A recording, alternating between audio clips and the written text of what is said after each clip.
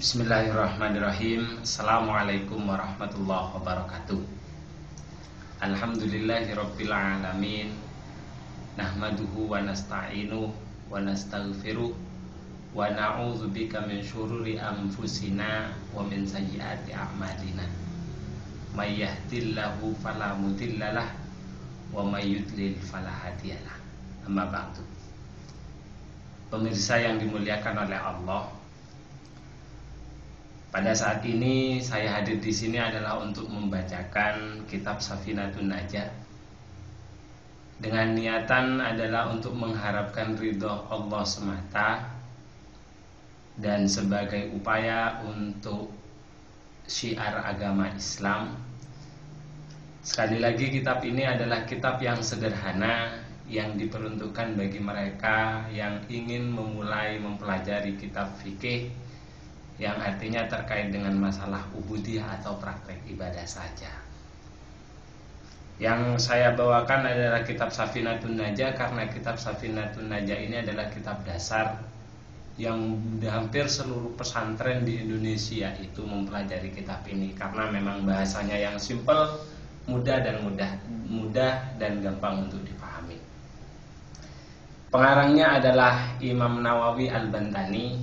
Sejarah singkat beliau saya tidak begitu tahu persis, cuman sedikit sempat saya baca di media informasi seperti halnya internet bahwasanya beliau itu adalah seorang yang memiliki keilmuan yang sudah diakui, tapi paling tidak beliau itu sudah menelurkan berbagai ulama besar di Indonesia. Salah satunya adalah Kiai Khalil Al-Bangkalan dan Kiai Hasyim Asy'ari, tokoh besar atau pendiri utama daripada Nahdlatul Ulama itu sendiri yang sekarang sudah banyak pengikutnya.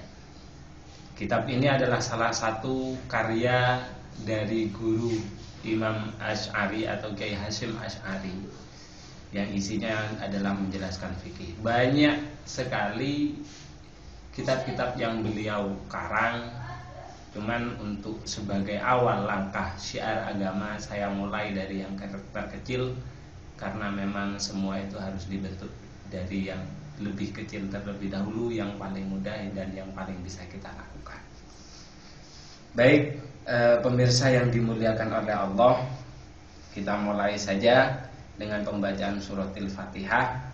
Semoga apa yang kita pelajari hari ini bisa menjadi manfaat bagi saya pribadi dan bagi Anda yang mendengarkan atau melihat tayangan ini. Bismillahirrahmanirrahim. Wa qad qala al-musannifu rahimahumullah ta'ala wa nafa'na bihi wa bi'ulumihi bid-dharain amin. Sayyidina Muhammadin Rasulullah sallallahu alaihi wasallam ila muallif hadzal kitab Al-Fatihah.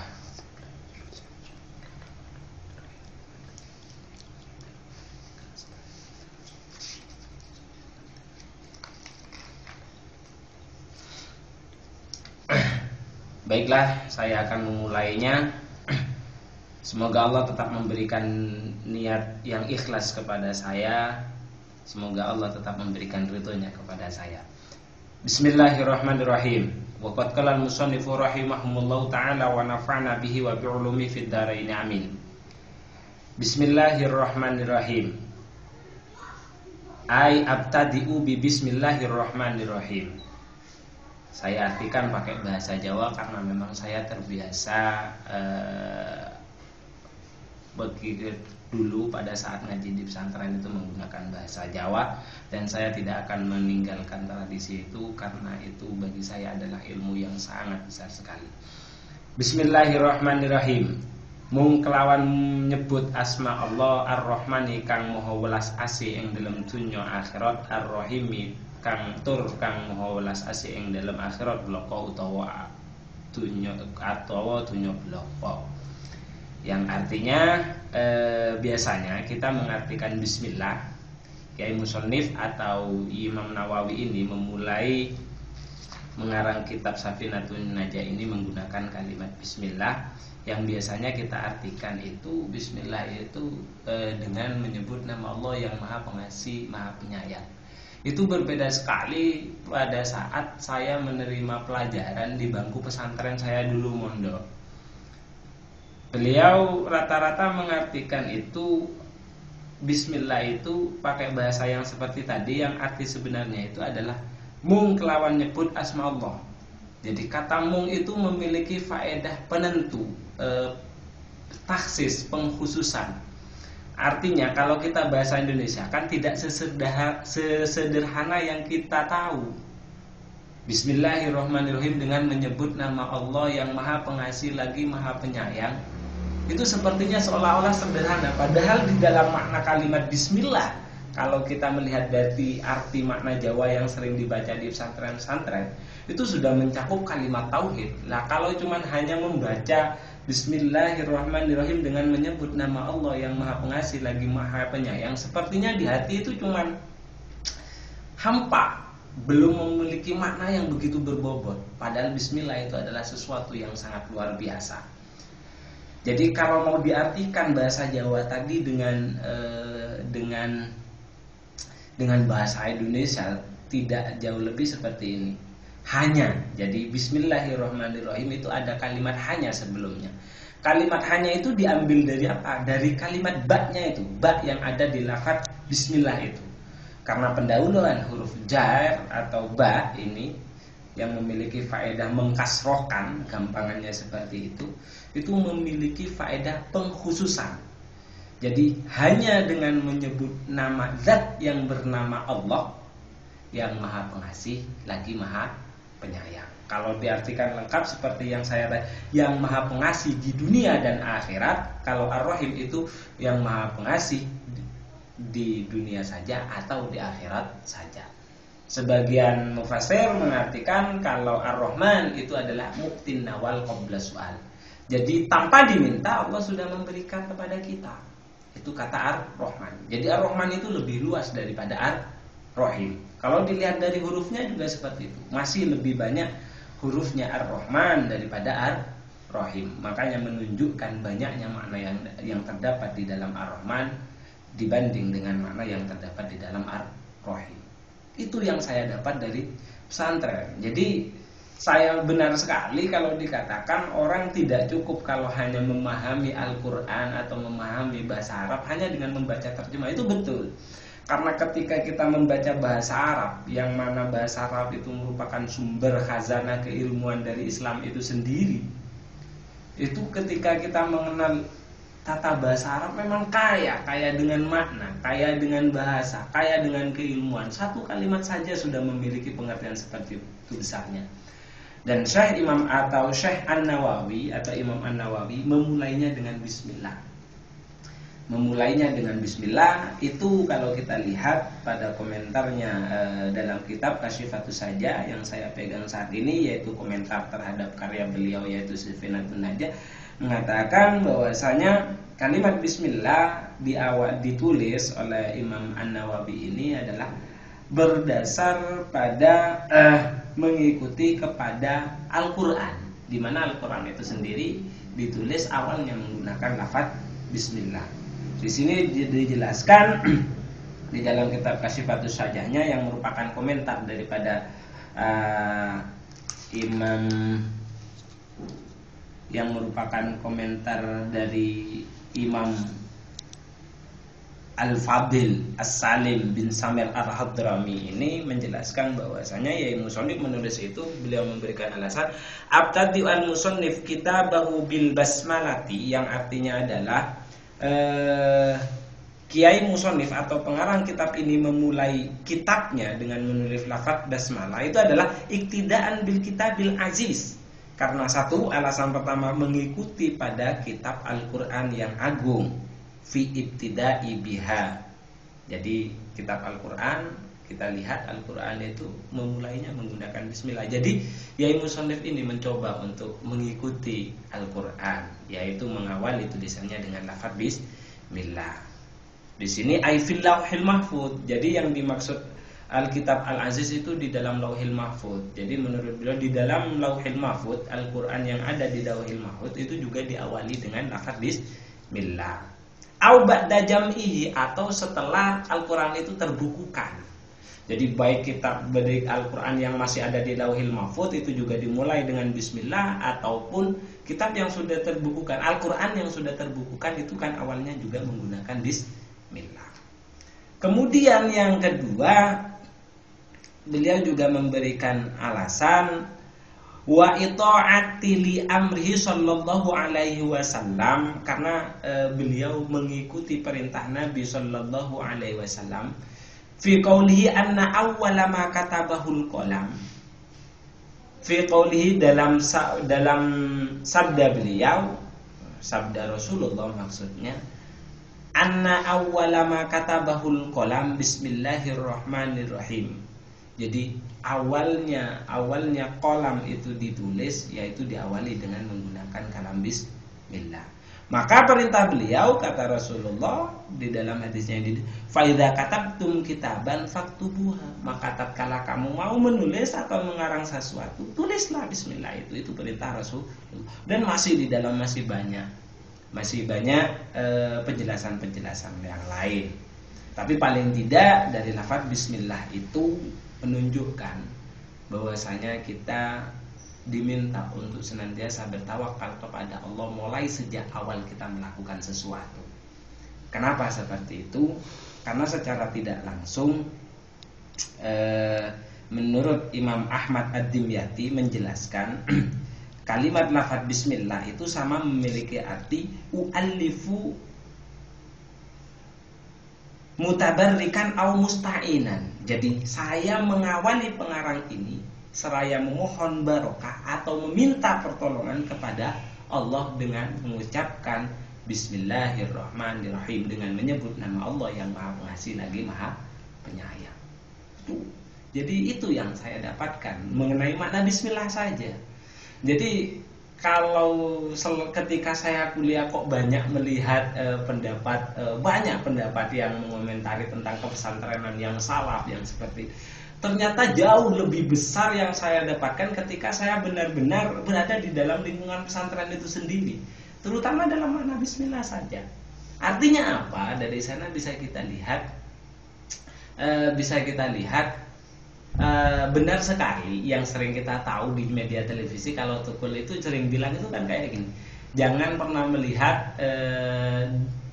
pernah melihat seseorang itu dari luarnya saja. Itu kalimat itu sangat benar dan sangat logis. Jadi kalau kita mau mengetahui sesuatu, selayaknya kita untuk terjun terlebih dahulu. Jangan menyalahkan tanpa kita tahu betul tentang apa yang akan kita salahkan. Makanya kalau kita tidak tahu, lebih baik kita diam saja, jangan diteruskan. Kecuali kita benar-benar tahu, benar-benar salah, baru benar-benar kita salahkan. Bismillah. Itu kalau kita bahas bismillah lebih dalam lagi, apa makna ar-Rahman, itu banyak. Mungkin durasi ini tidak cukup, mungkin 1 jam juga tidak akan selesai. Apalagi kita konfirmasi dengan kitab-kitab tafsir yang menerangkan tentang bismillah. Tapi intinya, pertama Kiai Musannif atau Imam An-Nawawi memulai kitabnya dengan menggunakan lafaz bismillah itu adalah mengikuti Al-Quran, di mana Al-Quran pada awalnya itu menggunakan lafaz bismillah. Itu intinya.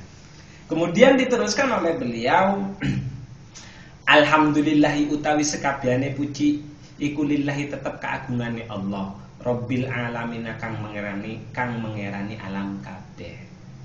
Jadi diteruskan dengan kalimat alhamdulillahi rabbil alamin. Itu sama di sini dijelaskan karena apa? Di sini dijelaskan ada sebuah hadis Nabi dalam kitab Kasyifatus Sajanya itu dijelaskan bahwasanya ada hadis Nabi yang berbunyi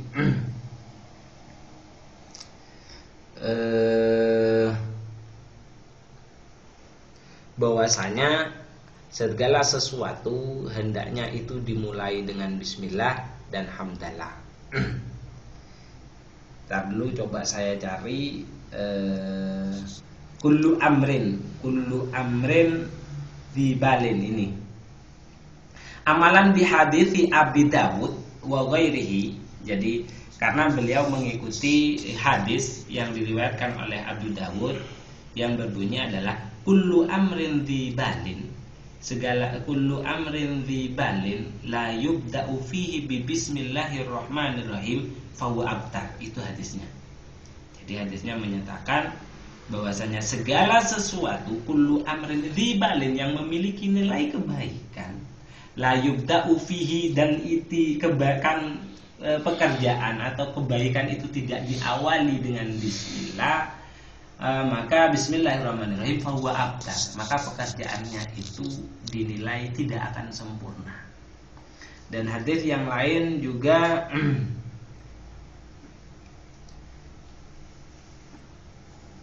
menjelaskan dari Ibnu Majah itu dijelaskan seperti ini. Kenapa kok ada bismillah, ada alhamdulillah. Amalan di hadis Ibnu Majah. Jadi karena beliau juga berdasar pada hadisnya Imam Ibnu Majah bahwa yang berbunyi kullu amrin dzibalin la yubda'u fihi bilhamdalah fahuwa ajzam wa fi riwayatin fahuwa aqta. Hampir sama redaksinya. Jadi segala amal perbuatan yang memiliki kebaikan kok tidak diawali dengan hamdalah, maka nilai kebaikannya itu tidak akan sempurna. Jadi seperti itu hadisnya. Jadi wajar kalau beliau mengawali kalimatnya dengan bismillahirrahmanirrahim dan diteruskan dengan kalimat alhamdulillahirabbil alamin. Seperti itu. Dan hampir semua kalau pemirsa tahu, seluruh kitab itu pasti akan diawali dengan bismillah dan alhamdulillah. Dasarnya juga jelas. Dan ini hal yang patut kita pertahankan. Artinya lafaz bismillah kalau kita merujuk pada pendapatnya Ahmad Ad-Dimyati tadi menyatakan bahwasanya dengan kita mengawali setiap pekerjaan yang baik menggunakan bismillah, itu adalah seolah-olah kita mengharapkan barokah kepada Allah, memohon pertolongan kepada Allah agar bisa kita laksanakan kebaikan yang tadi akan kita laksanakan. Seperti itu. Jadi di sini ada mulai dari kita mengucapkan lafaz bismillah, seolah-olah ketawakalan itu sudah ditancapkan mulai sejak awal pekerjaan. Dan itu sebelumnya saya itu ngaji di pondok, mengetahui arti tentang bismillah seperti ini dan alhamdulillah seperti ini. Saya memahami konsep tawakal yang diajukan pada saat saya belajar akhlak itu seperti ini, definisinya tidak jauh seperti ini. Bahwasanya tawakal itu adalah berserah diri kepada Allah setelah pekerjaan. Padahal kalau kita lihat dari penjelasan ini, tawakal itu tidak ditaruh. Tawakal itu kan bergantung diri kepada Allah. Itu tidak ditaruh setelahnya pekerjaan, tidak. Masa bergantung kepada Allah ditaruh setelah pekerjaan manusia? Itu sepertinya kalau di sini kurang pas. Jadi ini bukti bahwasanya Islam memang mendasarkan menggantungkan sesuatu yang mulia itu harus digantungkan kepada sesuatu yang sangat mulia agar perjalanannya itu tidak terhenti. Tuh, jadi bismillah itu adalah merupakan salah satu konsep tawakal dan menunjukkan bahwasanya tawakal itu tidak harus ditaruh setelah pekerjaan, tapi tawakal kita kepada Allah memang harus bersamaan dengan awal pekerjaan kita. Artinya kita tetap berusaha, tapi penggantungan usaha kita harus tetap lillahi ta'ala. Makanya ketika kita mau keluar dari rumah, doanya adalah bismillahi tawakkaltu 'ala Allah. Ketika mau memulai sesuatu, bismillahirrahmanirrahim. Itu adalah tawakal yang menanamkan agar apa nanti dari setiap pekerjaan yang kita hasilkan tidak memunculkan sifat kesombongan. Bisa seperti itu. Alhamdulillah utawi sekajane puji. Jadi alhamdulillah itu adalah puji. Seluruh puji al itu li istighraqil jinsi. Artinya itu menyediakan segala puji. Jadi seluruh puji yang ada di dunia, segala macam bentuk puji itu pada hakikatnya adalah milik Allah. Itu. Jadi alnya itu ditimbul, segalanya itu diambil dari kalimat alnya itu saja. Alhamdulillah. Jadi alhamdulillahirabbil alamin, segala puji. Apa itu puji? Di sini dijelaskan ay as-sana' bil kalam ala jamil al-ikhtiyari ma'a jihatit tasjil wa ta'zim sawa'un kana fi muqabalat ni'mah amla. Jadi yang dinamakan puji itu adalah ucapan yang bagus, ucapan yang indah, ucapan yang digunakan untuk memuji serta mengagungkan. Dan itu dilakukan dalam kondisi sadar. Itu yang dinamakan puji. Jadi kalau ada sebuah kalam yang cuman sekedar isinya itu pujian tapi tidak dilakukan dengan sadar, itu tidak dinamakan dengan hamdalah yang kita maksud di sini. Tapi alhamdulillah, pujian itu harus disadari dengan kesadaran. Itu hanya tergolong pada pujian saja, belum masuk pada kategori pujian yang kita maksud di dalam kalimat alhamdulillah. Kemudian Rabbil Alamin. Rabbil Alamin itu, Rabbun itu kan biasanya kita artikan dalam bahasa Indonesia itu adalah Tuhan semesta alam. Jadi Tuhan ada kalimat ilahun, ada kata Rabbun. Tapi kalau Rabbun itu adalah Tuhan yang menciptakan sekaligus merawat. Itu kalimat Rabbun. Dan masih banyak lagi. Langsung saja kemudian diteruskan wabihi nasta'inu, wabihi lan kelawan Gusti Allah nasta'inu nyuwun tulung sapa kita, kata Imam Nawawi ini. Ala umurid dunya waddin, atas segala urusan dunia. Ala umurid dunya waddin ing atase sekabehane perkara dunya waddin lan agama. Jadi nasta'inu natlubu al-ma'unah, itu maksudnya. Jadi mohon pertolongan, mohon bantuan kepada Allah Subhanahu wa taala. Ala umurid dunia, atas segala hal urusan duniawi. Itu yang diminta. Ya dunia dulu, jangan agama dulu. Dunia dulu dicari, baru kemudian agama, atau bisa jadi bersamaan. Ini yang dibahas di sini itu adalah ad-din. Di dalam kitab Kasyifannya yang dibahas itu adalah ad-din. Ad-din itu banyak. Ada yang mengungkapkan ad-din, agama itu dengan kalimat ad-din. Ada yang mengungkapkan agama itu dengan kalimat al-millah. Dan ada yang mengungkapkan agama itu dengan kalimat syara'. Jadi sesuai dengan syara' kan seperti itu. Jadi millatu Ibrahim, agama Nabi Ibrahim itu. Maliki yaumiddin itu. Kalau Maliki yaumiddin kan hari pembalasan. Jadi yang kenapa kok ada perbedaan nama di sini dijelaskan bahwasanya yutlaku ad-din lughatan ala ma'anin katsira. Jadi pengungkapan kalimat ad-din secara bahasa itu memiliki makna yang sangat besar.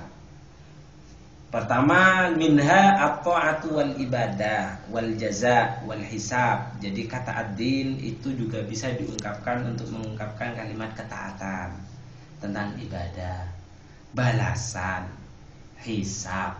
Itu juga bisa menggunakan kalimat ad-din. Itu makna bahasa Arab seperti itu. Sementara wasyar'an yaitu adalah ala ma syara'ahu Allahu ala lisani nabihi minal ahkam.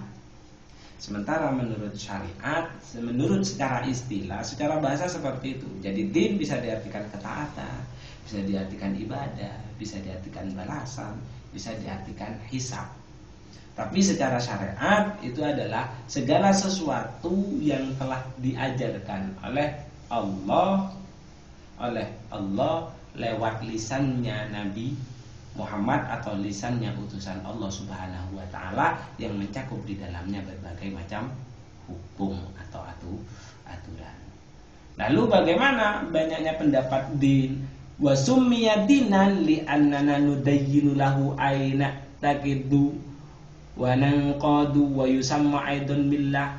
Jadi kenapa dinamakan din? Karena kita itu nudayyinu, artinya kita itu sudah mencoba meyakini. Jadi dinamakan agama karena agama itu merupakan sebuah keyakinan, sesuatu yang harus kita anut, yang kita yakini akan kebenarannya. Dan keyakinan itu dinamakan dengan din.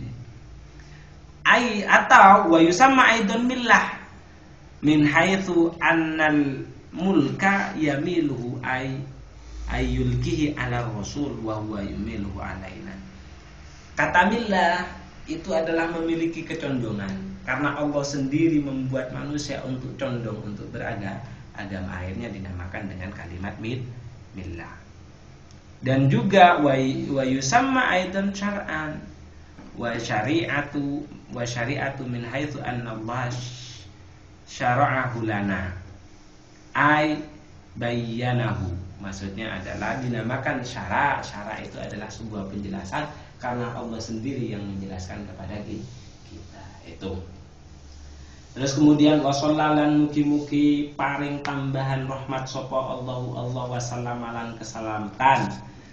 Didoakan oleh Imam Nawawi di Nabi Muhammad ala sayyidina ing atase Gusti kita ala sayyidina Muhammadin nyatane Kanjeng Nabi Muhammad khotamin nabiyyin kang dadi pungkasane para nabi, yang artinya adalah Imam Nawawi ini juga mengucapkan sholawat serta salam kepada Nabi yang merupakan khotamun nabiyyin. Ini pembahasan tentang sholawat dulu. Oh, sebelum itu bismillah itu juga ada. Bismillah itu juga ada perbedaan khilaf ulama, apakah bismillah itu tergolong ayat dari surat Al-Fatihah atau tidak. Di sini dijelaskan kalau menurut Ashabul Maliki, kalau menurut Imam Malik, bismillah itu tidak tergolong pada surat Al-Fatihah. Jadi wajar kalau sebagian saudara-saudara kita ketika membaca sholat itu tidak diawali dengan bismillah, tapi beliau menyunahkan untuk membaca bismillah. Kalau Imam Syafi'i, golongan Imam Syafi'i itu menyatakan bismillah itu bagian daripada surah Al-Fatihah, jadi wajib untuk dibaca. Itu cuman sekedar khilaf. Baik, itu saja terlebih dahulu. Mungkin sebelum kita lanjutkan, itu sepintas tentang bismillah. Mungkin besok pertemuan yang akan datang pada kesempatan yang lain kita lanjutkan tentang alhamdulillah wassalatu wassalamu ala asyrofil anbiya wal mursalin, terusannya seperti itu. Kita lanjutkan pertemuan yang akan datang. Semoga sedikit dari pemahaman bismillah itu memberikan wawasan kepada kita sehingga kita bisa menjadi orang-orang yang benar bijak dalam memutusi semua masalah. Akhirul kalam dari saya, kita akhiri dengan pembacaan surat Al-Fatihah. Ala hatinnya wa ala kulli niyatin shalihah. Al-Fatihah.